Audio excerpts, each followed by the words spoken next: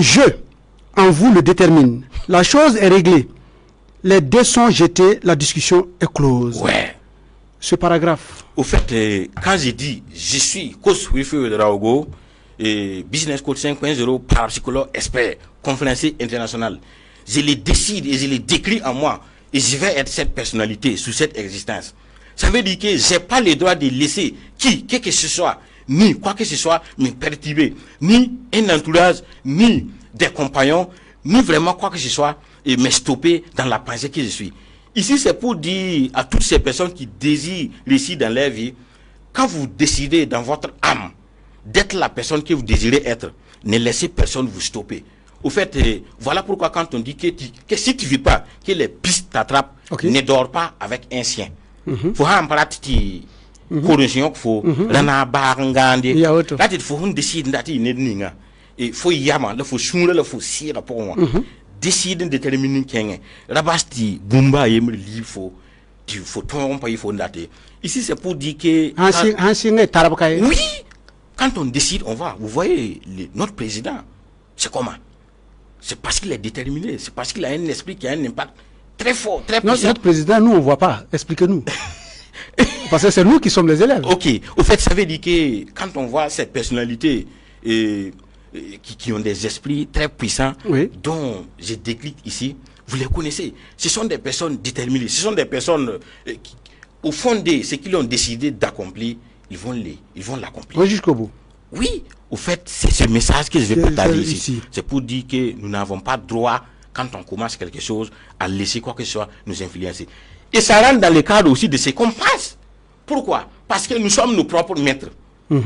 Quand nous sommes nos propres maîtres, c'est à nous de décider profondément qui nous voulons être. C'est là où vous dites dans la suite ici, à la page 41, ce n'est ni étrange ni impossible. Rappelez-vous que le monde intérieur est contrôlé par le je, qui est l'énergie ou l'esprit universel appelé Dieu. Oui.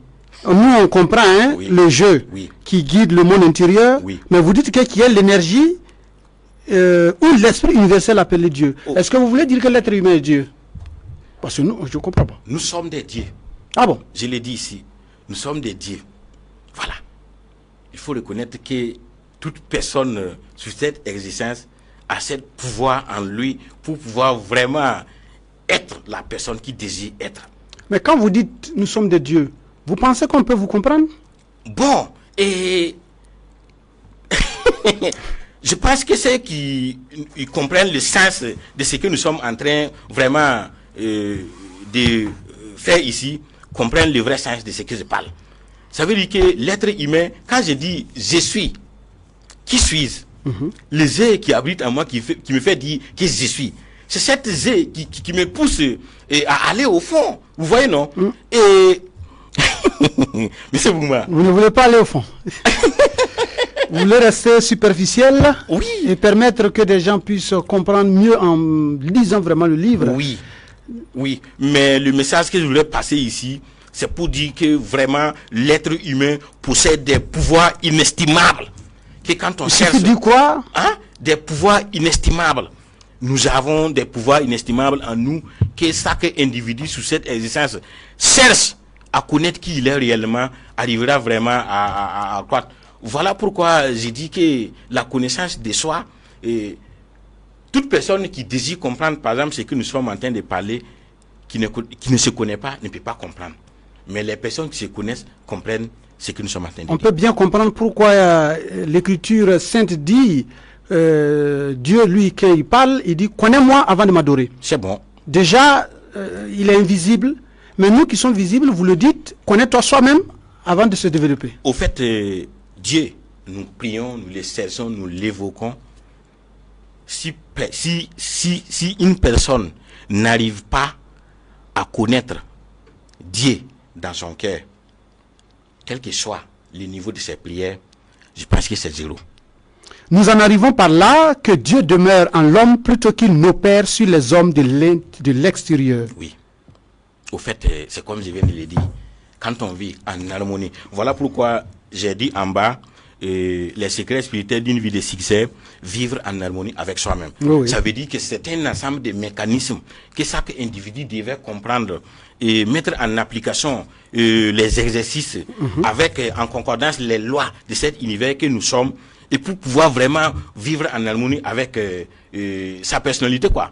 C'est pour dire que vivre en harmonie n'est pas le fait que d'avoir les biens matériaux. Non, on peut avoir vraiment ce qu'on souhaite, on peut avoir ce qu'on désire vraiment, mais en n'étant pas heureux, en n'ayant pas la paix du cœur. Mais c'est pas vivre en harmonie. Donc il y a des lois. Il faut chasser les pensées négatives. Si on va en concordance avec les lois universelles pour réussir dans la vie, il n'y a rien de tel. Et là, vous dites que le plus grand obstacle provient des idées incorrectes et fixes. Pour être en accord avec la vérité éternelle, nous devons posséder l'équilibre et l'harmonie intérieure. Ainsi, nous recevons l'intelligence. Le récepteur doit donc s'accorder avec l'émetteur. Et je pense qu'ici, même quand on part envoyer un colis, voilà, il y a tout un tas de codes qu'il faut s'accorder avec celui qui reçoit pour que les choses se passent bien. C'est un peu ce qui... En fait, c'est un peu ce qu'il dit. Mais quand on dit équilibre, ça veut dire que quand tu montes trop, c'est pas bon. Quand tu descends trop aussi, c'est pas bon. C'est mieux d'équilibrer un peu. C'est ça aussi l'humain. La balance. La balance. Dieu est équilibre. Voilà ce que ça veut dire. Et la pensée est un produit de l'esprit et l'esprit est créateur. Mais cela ne signifie pas que l'universel changera son mode de fonctionnement pour s'adapter à nous ou à nos idées. Cela signifie par contre que nous pouvons entrer en relation harmonieuse avec l'universel, et une fois cette relation accomplie, nous pouvons demander ce que nous revient de droit et nous trouverons le bon chemin. Ici, c'est déjà passé, hein, l'universel, vous faites référence à Dieu, et vous dites que si on arrive à rentrer en contact avec lui, on va recevoir ce qu'il y a de notre droit. Les individus devaient vivre en harmonie avec la planète, avec tous les règnes, je veux dire quoi. Nous avons pour obligation de vivre en harmonie, en symbiose avec que ce soit les règnes animaux, les règnes végétales, nous humains, quoi. Vous voyez, non? Mais est-ce qu'il peut y avoir harmonie quand on sait que c'est nous, on doit construire